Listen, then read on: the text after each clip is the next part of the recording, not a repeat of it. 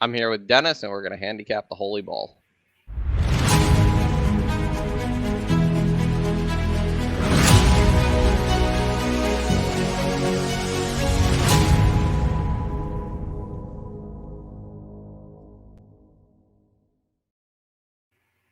What's going on, everybody? I'm Vinny, and I'm here today with Dennis Trusty. How you doing today, Dennis? Good. I have to disagree already with the start of the intro. Smartest guys in the room. Why am I here? You do okay sometimes. Yes. You know, once out of 365 days a year, and you get called a really good handicapper. I don't know, but no. Glad to be here, Vinny, with you. God, we've been friends for a long, long time, and never really did anything as far as YouTube goes, and we wanted to for a long time. So here we are. Right? Yeah, no, it's been, yeah, I feel like we've been talking about doing a show for years, and finally it's happening. So hopefully we get this one right. Well, again, smartest guys in the room comment before, but Yeah, we'll see. We'll see. uh, So yeah, today we're going over the Holy Bull, 10-point Kentucky Derby prep. We're almost done with these 10-point preps. There are no Bob Baffert horses, so if ever whoever wins does actually get 10 points this weekend in the Holy Bull. And I'll let Dennis start off. We're gonna handicap this. We're kind of gonna handicap this together here. So we're gonna go through it. Dennis, what do you think about the number one for Bill Mott? well, Galt just broke its maiden. $400,000 purchase. Got beat by Classic Causeway first time out. And Verbal next time out, which is not too bad. Horses get beat by. It's just didn't run very well in either one of those races, but took the blinkers off and responded well out of Medaglia d'Oro on the sire side. You know, I think this could be like a seahorse for Mott. Just giving a horse an attempt here to see what he's got. Yeah, I agree with you here. Did break the maiden over the track last time out. Figure didn't come back ultra impressive though. Connections are nice though. Uh, Connections are nice. Pedigree's nice. Just seems like this one probably is gonna have to take a big step up to really compete with some of the other ones in here, in my opinion. Yep. So yeah, I think he'd be about a seahorse for me as well. For you ABC handicappers out there. What do you think about the number two for Pletcher, who I believe he is the morning line favorite here, Mo Donegal. Yeah, to start out, I think this horse will at least have enough points to get into the Derby. The reason why is that if worst comes to worst, they'll send the horse back to New York. Winner of the Remsen, not a very good race, but it won by a nose. Bump break on the comment lines. I just don't think this is Pletcher's best. Um, and like I said too, I think this horse will have enough points to get into the starting gate at Derby Day. It's just, will they be in the Derby, or will they be in the Pat Day Mile, or will they be, you know what I'm saying? Yeah, I get what you're saying. Yeah, I thought it was strange that I think it shows a little confidence here that he ships him out of New York because the horses running in New York still are not super strong. Um, Mm-hmm. if he runs well this weekend, I believe Zandon, who he beat by nose, is going to the Risen Star on the 19th at Fairgrounds. So it would definitely flatter him a little bit if Mo Donegal did run well here. Yeah, he might not be Pletcher's best, but I feel like he's one you have to respect in this spot. His last two races he hasn't started great, and he just still finds a way to get the job done. Clearly, distance isn't an issue. Uh, his running style is a bit weird for Gulfstream, in my opinion. I feel Mm-hmm. like you want to be more forwardly placed at Gulfstream. He likes to kind of sit back, but he keeps getting the job done. So hard to knock him. Hard to knock him unless you really think that Remsen wasn't as fantastic. He did get a 90 buyer out of it, which does seem a little high for the Remsen, Yeah. but I think he's a major player in here. If he comes back off the layoff, he should improve. Pletcher's great at getting these horses ready off the layoff, so Mm-hmm. yeah, and he gets Irad, so there's nothing wrong with Irad.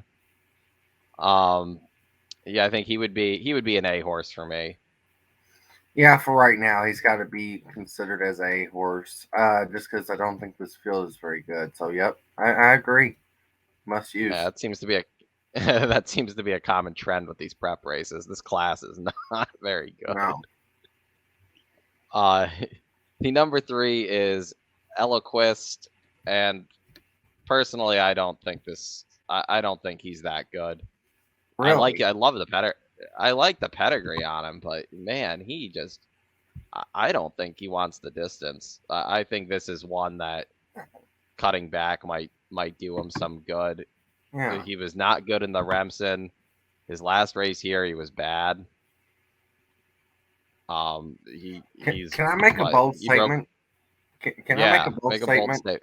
Make a bold statement. This horse will be in the Derby, just the Pennsylvania Derby, not the Kentucky one. I mean, That's his fair. pedigree is great, like you said, but eh, shouldn't be here. Yeah, Just a very. I think they yeah, know the horse is talented though, in some regard. yeah. This is. I mean, that's the point. I think the thing with these 10-point preps is a lot of these connections that have 2-year like recently turned 3-year-olds kind of want to see what they got. And if they can get a Derby horse, so these 10-point preps are a good way to just get their feet wet, and I think that's exactly what they're doing here. Is they're seeing if they even have a horse that can be competitive. We'll see. Like you said before, this isn't the greatest field, but Yeah. if his 3-year-old debut at a mile here at Gulfstream was bad, he finished last by 10 lengths and just did no running. Mm-hmm. So we'll see. And I mean, I haven't gone back and watched the works, but he doesn't seem to be the fastest of workers either. Last two, four furlongs in 50 seconds. He does have a bullet back in November before the Remsen where he didn't run very good. So he would have to take a major step up for me. He's a long shot that I'm definitely going to toss. Mm-hmm. You on the same boat there? Oh yeah, yeah. Other than the joking comment I said, yeah, absolutely. Yeah. Well, next What do you? horse, we'll just keep it simplification on the next horse. What do you think of him? Well, honestly, I would rather see the 4 and 5 in a different condition than this. Florida bred stakes race for them too. It'd be an entertaining race. It'd be pretty difficult to pick, but I don't really like this horse. Just because look, the horse won a state bred race, and then I mean needs the lead. I don't think really will get it in this type of a race. I don't know. I'm not a big fan of the 4. What do you think, Vinny? Yeah, I've kind of warmed up to him. I got a buddy who really likes this horse. I've kind of warmed up to him. The horse is just bred to run all day. I don't know if uh the mile and a 16th is long enough for him, honestly. He did cruise in the Mucho Macho Man, but there was nobody in that. But he is bred to run all day, and he's Sano had one a few years ago. You might remember him, Gunnavera. Yeah. That's who this horse kind of reminds me of. I don't think I'm going to expect a win out of him at a mile and a 16th, but I would be shocked if this horse runs poorly and if this horse isn't in the in all of the remaining Derby preps in Florida.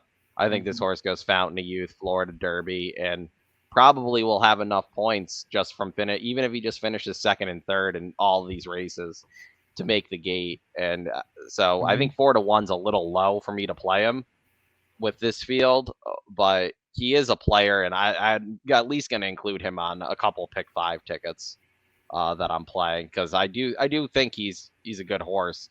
I just think he wants to go a little bit longer than this. Yep, I agree. I just don't see. That's the thing too, is I think he wants to go shorter, but I mean, you never know.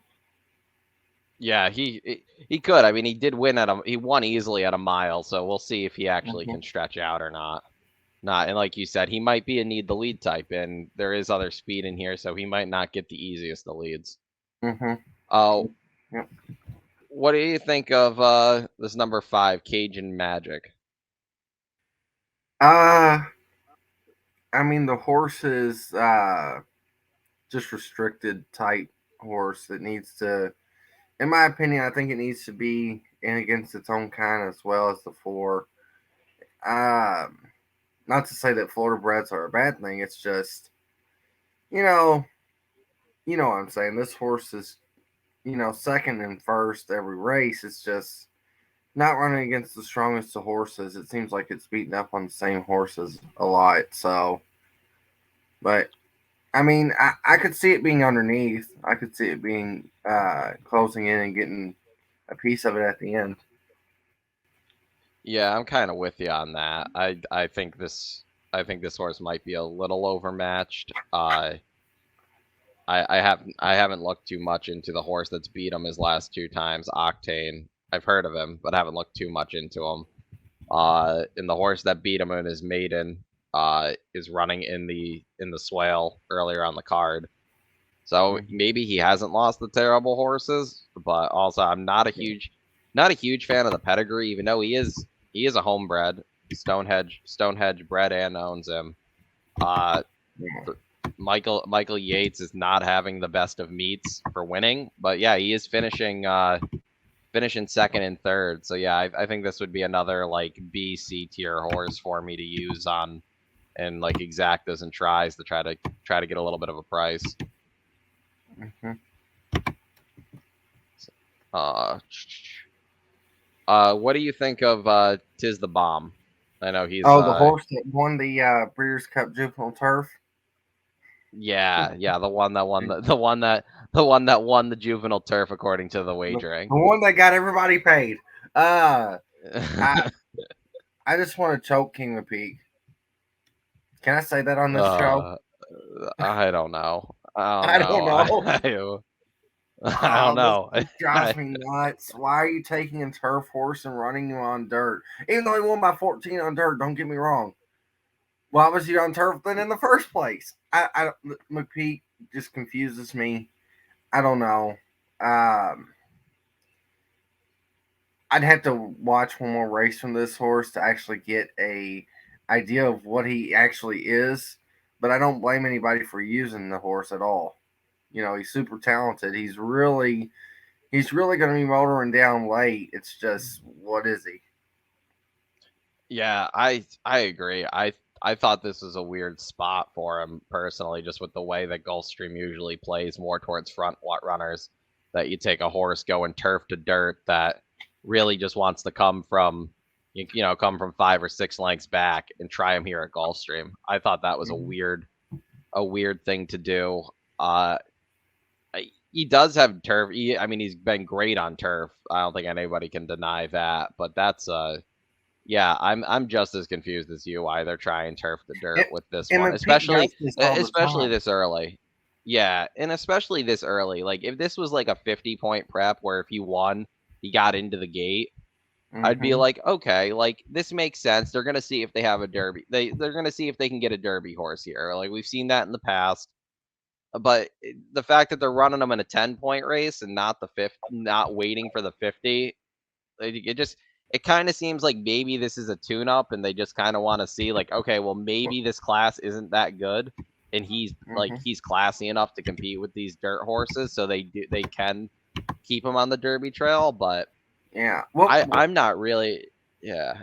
what was that McPeak filly that he had? I think in the Alcibiades. Last year or the year before? Well, I mean, technically last year, I guess. Oh, I don't remember. I'd have to look it up. I'd have to look Um, up McPeak. yeah, but what I'm trying to say is he had a horse in there that as soon as she won on the dirt, he put her on turf, and it doesn't make sense. I Yeah, don't. like yeah, and I get that these Warfront, like he's sired by Hit at a Bomb out of Warfront. Warfronts can really run on anything, but Mm-hmm. I just think this is a very weird spot. It won't shock me if he runs well. I'm surprised. I mean, I think Equibase has him at 5-1 on the morning line, but DRF's got him at 6-1. If he's Mm-hmm. around that price, I think he's worth using. I honestly Yeah. thought this horse was going to be I honestly thought this horse was going to be like your second choice behind the Pletcher. And if you are Mm-hmm. actually going to get a little value on him, I think he is worth using, because if he's class wise, he is by far, I think, the classiest horse in this race. So he could Mm-hmm. just beat this field on class alone. And if you're going to get 5 or 6-1 on him, I think that's incredible value to use. He won't be my top pick, but if if he's still that price when I'm playing my tickets, I'm going to use him. Yeah, for sure, absolutely. And that's the thing too. Is like I said, you got to use the horse. I think if you're using a multi race, don't let him beat you. It's just don't be surprised if he runs last. Agreed. Agreed. Uh, Speaking of a horse that maybe might run last, uh, number 7 Spin Wheel for Rusty Arnold. I I've seen a couple people say they really like this horse. I don't know. I don't like I'm not a huge fan of Leparoux. So already I'm not too Mm-hmm. excited. He did win at a mile and an eighth at Churchill. He closed from the clouds. Another one that I think is going to need to either have a wicked pace up front, which I don't think he's going to get here, or he's going to have to sit closer. I like the pedigree, but besides that, I think this horse has got to take a massive step up to really compete here. Mm-hmm. Yeah, massive step up. I mean, I wouldn't be surprised if this horse hits the board at closing late. Uh, I don't I don't know how impressive that last race was. I see the horses that was in that race, and the main race it was Beta Asmussen, Beta Cox, and there was a lot of just nothing in there. I mean, even the Yeah. Asmussen horse was kind of but still you got to be impressed with 12th by 11 to 3rd by 3, even if it does have Stranglehold Senior on there with Julian. So I don't know. I don't know. I think the horse definitely that could be interesting, and I wouldn't even be surprised if this horse tries turf down the road. They wanted to try turf. Well, they tried turf first time. Wanted to try turf at Keeneland. It got rained out, and since there was no turf racing at Churchill, the horse won on dirt. Um, I wouldn't be surprised if this horse goes back to Keeneland and tries turf, and you could get a price on the horse that day too. Yeah, this is another one where like I just think this mile and the 16th at Gulfstream is just a weird spot for him. Mm-hmm. Like he seems to want to keep running, and you give him a mile and a 16th more or less a speed favoring track to do it. Yeah, I think if at that 20-1 price, I think he's worth maybe using underneath of tries and in supers, but Mm-hmm. I would be shocked if he actually circled this field and won. He has been Yeah, working great and though. too, His there's last not few enough. works are really good. Yeah, there's not enough pace presence in here either. That's another concerning issue. Is there's not enough speed in this race. Even though the four's got speed, and even though I think the horse we're going to talk about next would be up close, I don't think that'll be enough for him at least. Yeah, and speaking of that next horse, White Abario for Safi Joseph. What are your Let's go with first thoughts on this runner? that. I think the horse is actually pretty solid. Um, it's got some sneaky good pedigree. Race day out of Tappet and into Mischief on the mare side. Spendthrift bred it, sold it.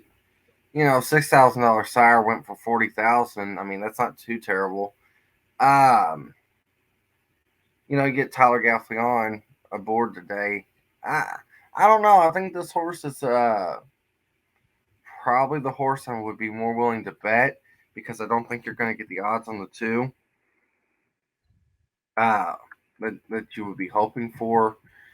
In the six, I don't think those six will have odds either. Honestly, I think this horse will be about 6-1, like in the morning line. So yeah, I think that's where you go with the eight, the gray. Yeah, I just have a hard time playing Safi. That's fair. If you're gonna play Safi, this is the track to do it at. I Hmm. feel like I fade him everywhere else for the most part besides Gulfstream. It'll be interesting. He's shown he can duel. He dueled in his maiden race and he put that horse away and won easily. Hmm. Uh, his Kentucky Jockey Club was not awful. Wasn't Yeah, great, not awful. and watching that one live too. I mean, Smile Happy really, really was impressive. And I hate to say that again about McPeak because, well, I just talked about him doing stupid things, uh, but yeah, that horse is really phenomenal. And so for him to, like, I guess what I was going to say about that is, if Smile Happy was in this race, he'd be favorite, right? For sure, easy. hmm Oh And yeah. the only other horse in this race that has ran against anything special is the nine. And I mean, you know what I'm going to say with him is, we'll get to it, but Yeah. but uh, but no, if this horse has any class at all after that Smile Happy race, I think this horse should be honestly right there. Yeah, I agree. I mean, I think that's the race that really makes him playable in here, is that he ran third the Smile Happy, who because the Bafferts aren't on a lot of the Derby futures, is I believe the current Kentucky Derby favorite. Hmm. And he's gonna run in the Risen Star on the 19th, I believe, is the current plan. But yeah, we'll see. He does get a jockey upgrade to Gaffleon, which is great. Hmm. He seems like he can be tactical. He's 2 for 2 at Gulfstream. He's definitely one I think is that's hard to rule out, especially with how hot Safi has been here this winter. Hmm. And so I'm going to guess that your comment on Giant Game had something to do with Dale Romans. So I'll let you go on. I'll let you go on Giant Game. Well, I was gonna say, you know why Del Romans has never had a Derby winner, right? Why? Because he works out all of his horses by himself. Yeah. Fat joke here. We're doing fat jokes today. Uh, uh, Oh. I mean, not bad. I think this horse will be a benchmark for a few horses in here, kind of like Papa Cap was against the company down in the Lecomte, right? It was the Lecomte, right? Yep. Yep. He Okay. finished third in the Lecomte. I don't know why, and my brain said Risen Star, but my mouth said Lecomte, and I was like, yeah, No, that's you're right right. now. You're right. Yeah. Uh, so, anyways, I don't think the horse is bad. I just don't think the horse is very, you know, I don't think the horse is bad. I don't think the horse is great. It's just average. And every year there's horses at circuits that are at the bar. If you beat them, you're above the bar. If you don't beat them, don't ever speak about horses again. So, like, let's say the eight, let's say the six, let's say the four, and let's say the two. If all them, if whoever is behind the nine, I don't want to hear nothing from again unless the nine just freaks. But yeah, get Sayas aboard, which that's better than Talamo in my opinion. I'm sure a lot of people will agree with that one. Uh, but Corniche. I mean, it's a Breeders' Cup horse. I used him underneath in the Breeders' Cup. I don't know. It's kind of just. Am I right there, Vinny, in saying benchmark? Yeah, I think you're spot on. I honestly think that's what Papa Cap is too. I think he's just one of these horses that wants to run second and third. He's classy enough to. I actually Mhm. hope they move Giant Game to the turf. Giant's Causeway out of a more than ready dam. I think Yeah, this horse could be really, really nice on the turf. I could see it. But he did beat I yeah, he finished third in the Breeders' Cup Juvenile. His race before though, he did beat Call Me Midnight, who did win the Lecomte at a massive price. So he Yeah. has beat like it's not like he's uh finished in front of bad horses. But Well, yeah, I'm with you. It's hard to trust Romans. Even yeah, though I do have a that's the other thing I was gonna I say is I, it's I just still, how many good best horses I've ever trained year after year after year after year after year. He says it all the time, and it's just like never, I know, you and know. Keen Ice is never in that conversation, No, because and he should be. I think it's because he owns them. I do. If you look at all the best ones he's ever had, it's always been for the All Ball family. I don't know if I'm pronouncing it right, but go ahead, roast me down below in the Yeah. comments. Yeah. So, and that's why I think he says that is because they really like hearing that their horses are the best. I don't know. They got good horses, Yeah, but they got a bad trainer. I'm with you. He's tough to judge here, but yeah, like you said, unless he freaks, I don't want any part of anybody who finishes behind him. But Hmm. if he finishes third, the two horses that finish in front of him, yeah. I don't like the 7-2 price, even though Sias is on him. I think he's a horse that's going to be heavily bet that I'm going to try to beat on tickets to create a little value and hope that maybe Hmm. key him for second and third over a couple of these others and hope that I'm right. Yeah. Because you can't use them all, and you gotta create value somewhere. Especially if you're gonna use the Pletcher horse. I don't think you can use both of them unless you're just using those two. I don't think you can Hmm. really make value by using both on most tickets. Yeah. Hmm. So, I guess we're going on to rounding out the card, the claiming 16,000. Oh, wait, this is not that strong. One day we'll have that show. So who's your top pick in here? uh, I think my top pick's going to have to be the 8. Like I said, that's the horse I want to bet. That's the horse that, I feel, I guess, comfortable enough to take a risk with the horse. I don't really want to take the 2. The 2 would be 7-5. I don't really want that. Um, unless you're playing a pick 4, then yeah, sure, go for the 2, go for the 6. But I'd rather just play the 8. Um, maybe taking a Zacta too, because that's the way I play, Vinny. Sorry to everybody out there who Yeah. doesn't like how I bet, but Zacta 2, 6, 8 with the 2, 6, 7, 8, and 9. All right. The reason why that, and hope not it run 2, 9. Again with the 4, I just hope the horse doesn't get the distance. The 5 kind of scares me on that. 7 would be closing, so maybe he could pick up late. And the 9, if he just is the benchmark and he runs second or third, then well, at least I got my money's worth on that use. But yeah, I hear you on that. I'm actually gonna go for a little bit of a price here, so I'm not chalking out. I'm gonna use the 4 as my top pick in here. Uh, hmm, I'm just I'm gonna hope that he can beat the. I'm gonna hope he's just faster than the 8. Time hmm, form says he is. We'll see if it's true. If he yeah, gets out, I don't really trust Javi. I'm not a huge fan of the last couple years Javier Castellano. If this was hmm, Javier if this was Javier like 6 7 years ago, I would be more confident. yeah, But I think if this horse is the fat, if he is indeed the fastest and he gets out alone, Gulfstream's a very tough track to chase down lone speed. So hmm, that's where I'm gonna go, and I'm gonna key him with pretty much all the horses that you said. I'm gonna hope that the 9 is just the benchmark horse, but I'm gonna key the 4 on top, and I'm gonna play a few of them underneath and hope I can hit that exacta. hmm.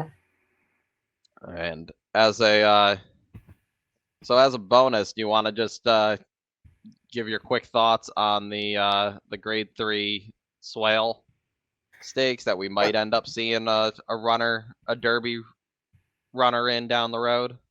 Yeah, I mean, it's always interesting to see this race because you can start really eliminating some, and you can really start pushing some of the other ones forward. Uh, I think the Mod Horse won first time out at Belmont, tried stakes race against Simplification, didn't really do great. It's just I don't know about the distance on that horse, but you know that horse kind of seems talented. Uh, I don't really like the one. I don't. I think the one's a sprinter. Um, I mean for Derby, obviously for the race, go right ahead. But uh, and then the five I think's not very good. From what we've seen in Brad Cox's horses, I really thought Rocket Dog was going to be something really to handle down there at Fairgrounds, and he didn't do anything. So Oh, that's he was where I'm at with bad. the Cox horse. So I don't. I I think that the only horse you could point towards outside of you know, the one because the one's obviously talented. The two would be the only horse I could see coming out of this race for the Derby. What do you think, Vinny? Anything No, outside of that? I'm with you.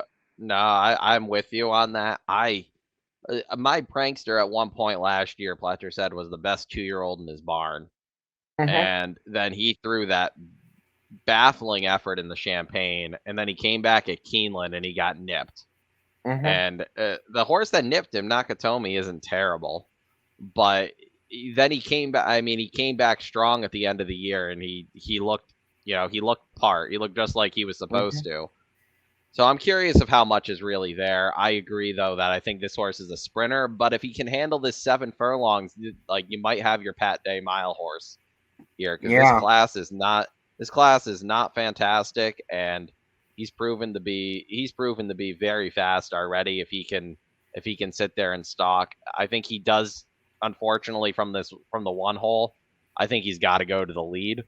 So we'll Mm-hmm. see if he's quick enough to get to the early lead here, or maybe Saez can just move him little bit outside after if he's if he's the second fastest early on. Mm-hmm. But yeah, I agree with you. I think everybody else in there is a sprinter. I don't think we'll see any of them trying to stretch out for the Fountain of Youth next time. Besides the one and the two. Mm-hmm.